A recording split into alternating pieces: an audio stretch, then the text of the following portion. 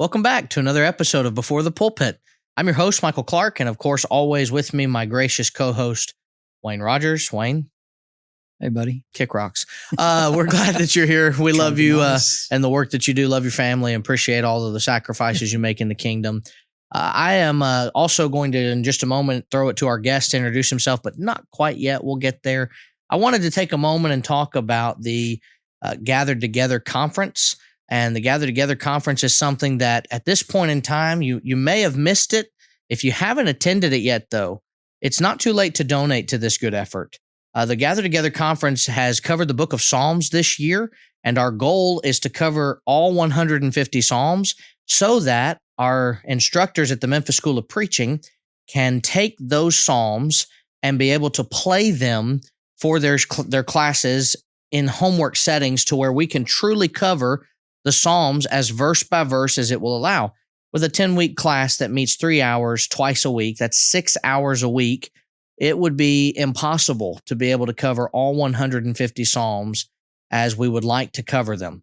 And so at the Memphis School of Preaching, we wanted to help them, MSOP, be able to actually accomplish that task.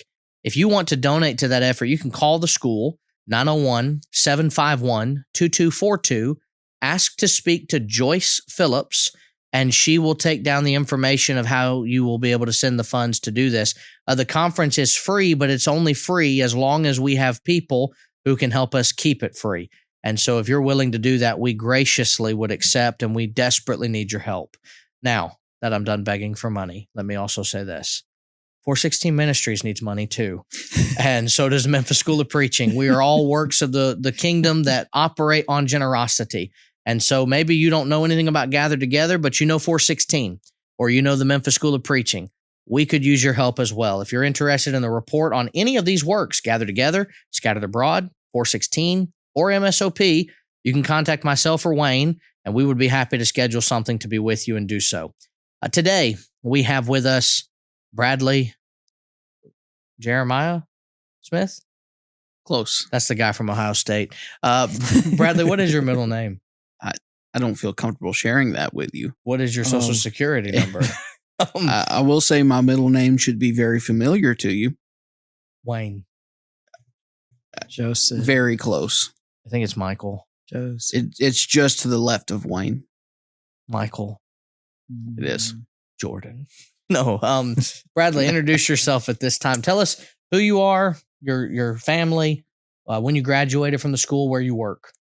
I'm Bradley Smith. I graduated from MSOP in 2019. Married to my wife, Lauren, just right at 4 years. Wow. And then I've also been working with the Hickory Grove Church of Christ in Murray, Kentucky, actually the congregation where I grew up. And now I'm privileged to be able to go back and preach there, and right at 4 years for that as well. Nice. Wayne? Yes, sir. Before I let you kick this off, remember the format for those of us who at home watching or listening. Wayne will ask questions 1 and 3. I'll ask question 2, and I'll close out the program. But today we're going to be talking about them before the pulpit. Illustrate, don't entertain.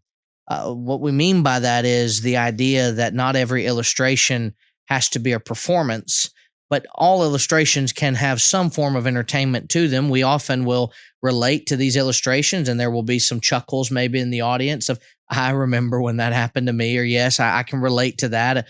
That's happened before. And so when we say entertain, we don't mean that you have to sit there stoic during a sermon, even if you relate to an illustration, but we're talking about the idea of being performative. And performative preaching, I'm going to say it, is fake. And if you're not careful, people will only view it as such.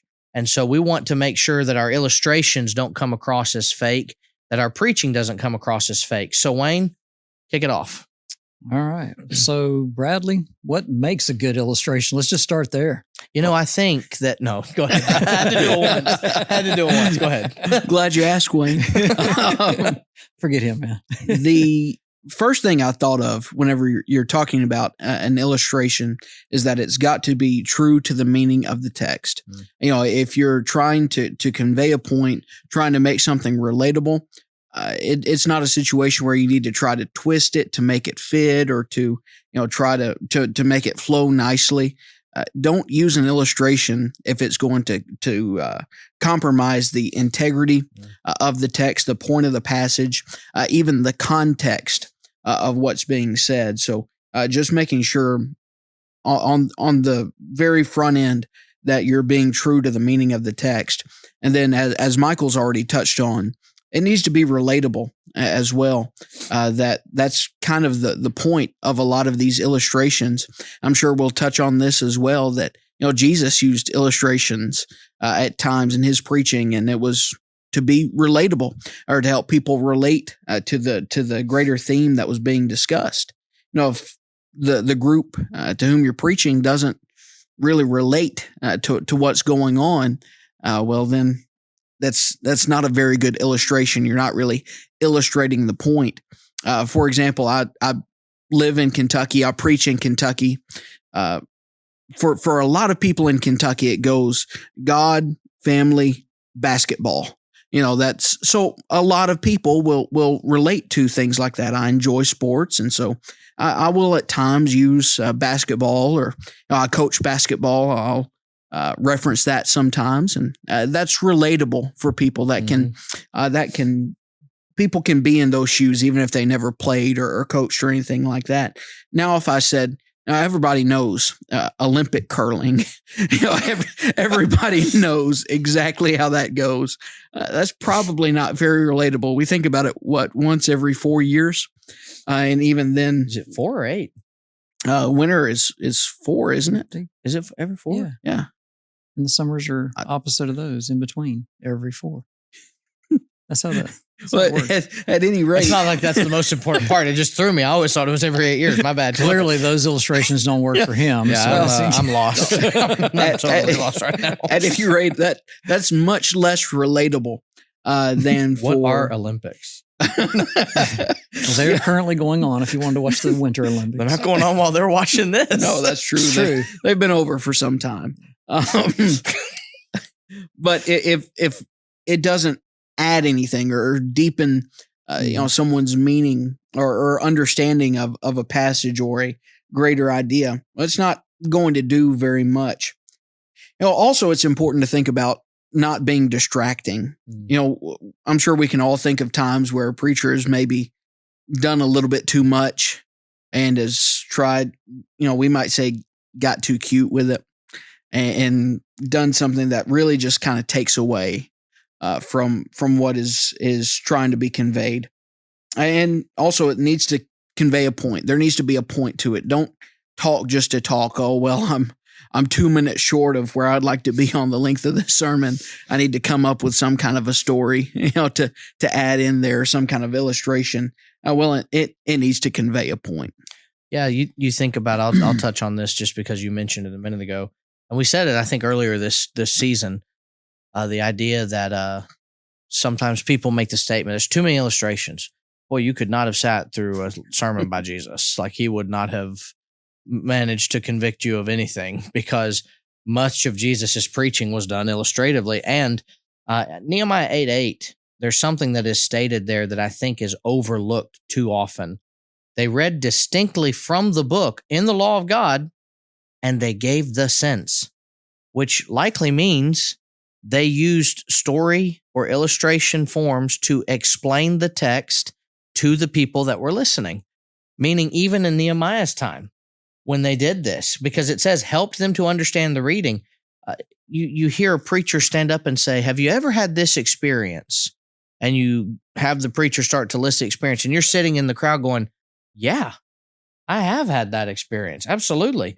And so you start to relate to it. And when Jesus makes a statement, the kingdom of heaven is like, fill in the blank, or a sower went out to sow, it would not be unlikely that either A, they could have looked into the distance and seen a sower out sowing, Sure. or B, the next day as they're walking about through the city or the common places, that they would be seeing a sower go out to sow. And what would they think?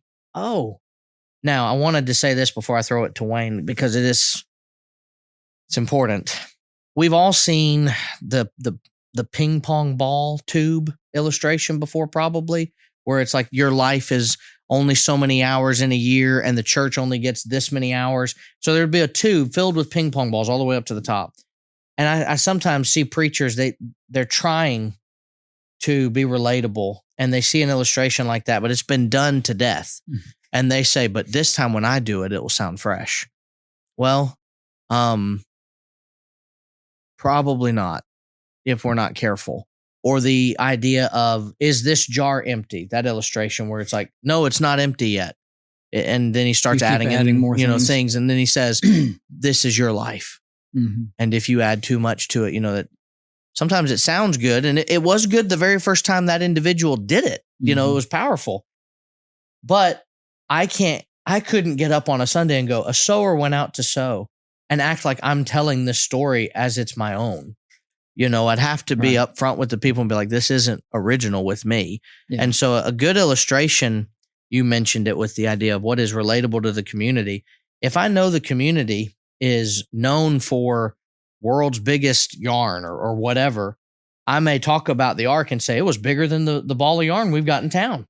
And that is a way for people to go, oh yeah, he's relating to us. Mm-hmm. And if anyone in the community is in there, they're going, wow, that's big then, because we have the world's biggest ball of yarn. And I've always thought that was the biggest thing I would have ever seen structure-wise, except a building. So that's the idea of a good illustration, is something that is relatable. In a parable, I got to say it and then I got to be quiet because I want you to talk too. And then I got to ask his question. It's hard, 28 minutes. And a parable is an illustration. Mm-hmm. I've had people push back on that. And they don't like that, but that's the truth. A parable is an illustration. Tell me what else it would be. Well, it's a sermon, but it was a story when he told it. Right. It's a sermon today. We're preaching the text, but when Jesus stood up in Luke 8 and said, a sower went out to sow, there was no Luke 8 yet. Jesus was actively creating Luke 8 by saying this, and then Luke would later record it. And so it was a story that Jesus was telling.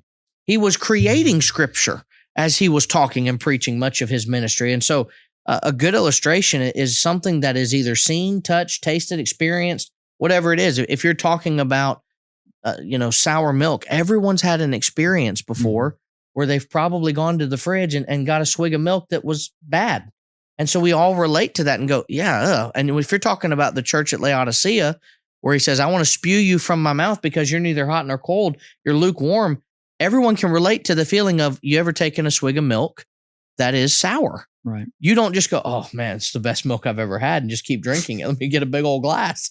You spit it out into the sink and then you pour the milk out. That's what Jesus is saying he wished he could do to Laodicea. Now I'm off my soapbox until we go to part 2. I like the point you made, Bradley, about the avoiding the too cute or the what I'd call over the top performance and trying to illustrate and things like that.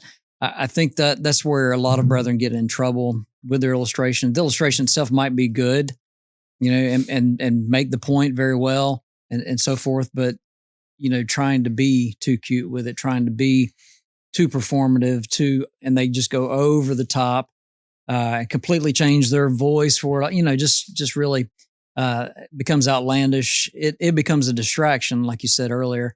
I would say sometimes that especially in preaching, especially early in our preaching, maybe as a younger person just getting started in preaching, especially, I had much less story experience, of my own. And so, I would hear a good illustration and I would go, I heard from another preacher, blah, blah, blah. And I'd use their illustration, and that's fine. I was trying to give them credit. I'm not trying to take credit for this. This did not happen to me, whatever. You're 22 years old and you go, I remember when we had our first child. You're not even married yet. And I'm reading it off of my notes right here. Yeah. There have been some preachers who do that. Yes, I know. But, and I think that's the point. You be true to yourself. And I've always told, especially younger preachers, use illustrations from Scripture. That's your best source. You can't go wrong. And by doing that, you're going to more likely fit the text with more text, and not trying to I can remember. Well, I'll wait to make this point after you ask the second question because it fits there. Go ahead. I'll throw it back to you. You have something else you want to say, though, don't you? I feel like I need to tell on myself a little bit because I would be hypocritical. No. I feel like I would be hypocritical. Okay. Talking look about into the camera and confess. Don't look into it. You won't know where it is. Well, I had been in local work maybe 2 months, and I thought this is going to be groundbreaking. This is going to help so many people. When the light goes out, Christians are the light of the world. A sower went out to sow. Worse. Oh boy. I had a light bulb. Bradley. It gets worse. Oh, Bradley. And I talked about how light bulbs and how they light up a room. And my grand thought was, I'm going to throw this light bulb down and smash it on the ground. Exactly. Except it didn't break. So I tried it again 2 or 3 times. After that sermon, I realized what people got out of that was it was funny to watch the preacher try and fail to smash a light bulb and then pick all the little glass pieces out afterward. Looking back on it now, I would have gone about that a different way than I had. But don't be too cute. You can convey a point without going to the most over the top example of it. Right. So hand up, none of us are perfect. Well, I think we've probably all miscued on the street. Yes, you have. I can't think of a time I where have I a ever list, broke a light bulb. and I'm going to share it. You've gone through all my sermons. Okay, so let's ask this question because we've got to move forward. What is the danger that comes with overusing stories or jokes? And we don't mean telling the same story over and over again, though that can happen. Mm-hmm. You don't want to be the preacher in the pulpit that goes, and then this happened, and everyone in the pew's like, yeah, you told us last week too. Yeah, we've heard these things. And so that's what's hard about preaching is your stories get stale. But we learned that on Did That Really Happen pretty quick when Bradley was texting me going, you've told this story 4 times. Yeah. You have to stop telling it. And so now I have to keep a log. I didn't used to keep a running list. And so what are the dangers that come with overusing stories or jokes? One that just came to mind right offhand is not getting to the meat of the matter.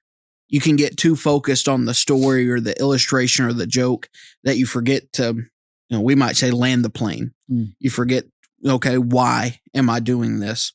Another problem is the danger of pride, I think. And we talked about this before, using personal stories and experiences, especially young preachers who are just getting started out, who don't have a lot of personal experience, who have been there and been in the trenches and things like that. I've been involved in preaching in some capacity for about 12 years, whether a fill-in basis or full-time.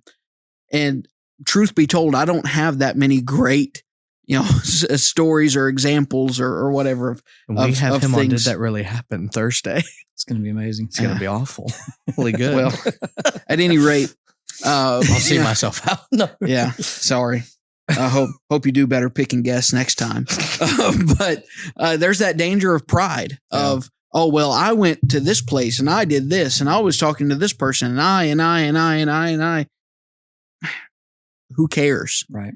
And not that there's an issue with using these personal examples, because they can be relatable at times. We can say, I was in this situation where this happened. But if every time and every point and every subpoint has, I did this, or I, thought about this, there could definitely be that issue of pride, not only for yourself, but some people could become preacher followers. Yeah. Mm-hmm. Oh, wow, look at him. He's been to all of these exotic places and done all of these things and had this great experience with this, when it's not about you. Right. And then as far as with jokes, I like to try to be funny. Sometimes I try a little bit too hard. A lot of times I like to try to be funny. Just yeah. Kudos to you at least for recognizing. Yeah. it, I guess. Sometimes it doesn't land. But If you, most of the time it doesn't land. I know what that means. But if you just joke all the time, you could not be taken seriously whenever it is time to be serious. Sometimes if I'm preaching an especially difficult topic, I'll like to open with something light to kind of let the barriers down a little bit, or throw something in there at times to try to lighten the mood just a bit. But if you overdo it, nobody will ever take anything that you say seriously. They'll assume that there's some kind of punchline at the end of it or some kind of twist. Right. Failed actors do not need to become preachers. Failed comedians do not need to become preachers. You can be a funny preacher. You can have the ability to say just the right thing in just the right moment. You can be a skilled actor. That's fine. You can be a skilled actor, but and this is the one thing I want to say, and then I'll be very quick so that we can move to the next part. But if I am perceived as not being genuine in the pulpit, then how do I know that the doctrine that is genuine is being seen as genuine? Mm-hmm. That's the problem with putting on a performance, in my esteemed, humble opinion, that is not worth a whole lot. But the reason you should not put on a performance just to perform is people will then start to wonder, are you just performing the doctrine too? Right. Is it how you actually behave? Is this who you are as a person? Do you even believe it? Yeah. And if I've always tried to be the same in the pulpit to an extent as I am out of the pulpit. Reverent, not irreverent, but also the ability to say, nobody's perfect. Nobody's going to be perfect, right? Nobody's going to be able to. So I'm going to mess up. And if I miss a point, I'm not going to just, start back over or try to work it out. I'm just going to move forward. And that's one thing that has helped us with these programs too, is we mess up. What do? Oh man, whoops. Keep it moving. You just, unless someone did rank false doctrine as a teaching, like if Bradley was here and we're like, we know Jesus didn't come in the flesh, I wouldn't just be like, oh, whatever, Bradley, and just move on. We'd correct that. Yeah, what a joke. Get out of here. But sometimes realism is important too. And when people see how real we are, they'll actually identify with the doctrine more. That's what made Jesus so unique. He was a real human being that was not perceived as, here comes Jesus. I wonder what act he'll perform today to try to get us to become a Christian or whatever. No, it's just teaching the truth. And I'm done. We should have made this one a two-parter. That's all right. I remember years ago, and then I'll get to the question, but I remember years ago, there was a brother, great preacher, always great sermons, full of meat. I mean, it was really good. And he was retired by the time I was there, but I love, his material and hearing him preach and everything. He was a great encourager. But we had another brother who would get up, even if he's just doing announcements, and he always had a joke. And it always landed. He was always kind of funny. It always worked. It flowed into whatever he was saying. He just had a joke on the spot. He was kind of one of those guys, and it worked. Well, this brother, every time he saw that, and like I said, this is a retired preacher, but he thought, I can do that too. And so he would get up and preach, and then all of a sudden, it not only would it not land, and he may even not even hit the punchline, it would actually not have anything to do with what he was about to say, his very next statement. And so it was such a disconnect. And was that your granddad? It just did not fit. No. Do you know who I'm talking about? No. He's here right now. He is here. I think one of the best preachers that I've heard that understood this balance was Brother Larry Acuff. Mm-hmm. He just had a great understanding of the balance of how to use humor, how to use it as a connecting point, as a drawing in point. But when it was time to be serious, he was one of the best around. And so he's someone that just really mastered that balance. Yeah. All right. Third question is this. When do visuals help versus hurt? I wish that PowerPoint had never been invented. It is a curse on my life. Clip that. It is a thorn in my side to every sermon that I preach. But I understand that some people are visual learners. Some people are able to take something in better if they can see it on a screen, or maybe able to take better notes if they can get kind of the main points. But visuals can hurt sometimes whenever you do too much with transitions. I don't know if it's still around or not, but there was a presentation software. I think it was called Prezi. And they had all these zooms and pans and fly in and out. And that was every transition from point to point. And, I guess there could be a time where that would be useful, but that wouldn't need to be an every day, every sermon type of deal. You don't have to be a PowerPoint wizard or anything like that, but there are just some kind of simple things to look at.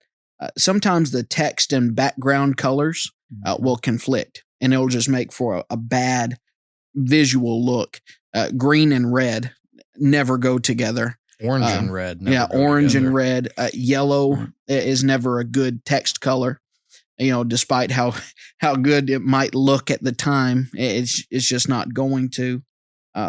Sometimes when there are too many words on the screen, when it's just a big block of text, that's. I hope you can read this. It's in 2-point font, and this is a chapter from my book. Well, no, that's not going to work. And then again, whenever you get too cute with backgrounds or graphics and things like that, I like to include a little clip art, something that kind of relates to it, but it's certainly not a necessity. And there can be times where it goes overboard. Yeah, it can become very distracting very quickly, unfortunately. And we've probably all experienced that. We probably have messed up ourselves putting things together. As someone who started preaching when Microsoft PowerPoint came out,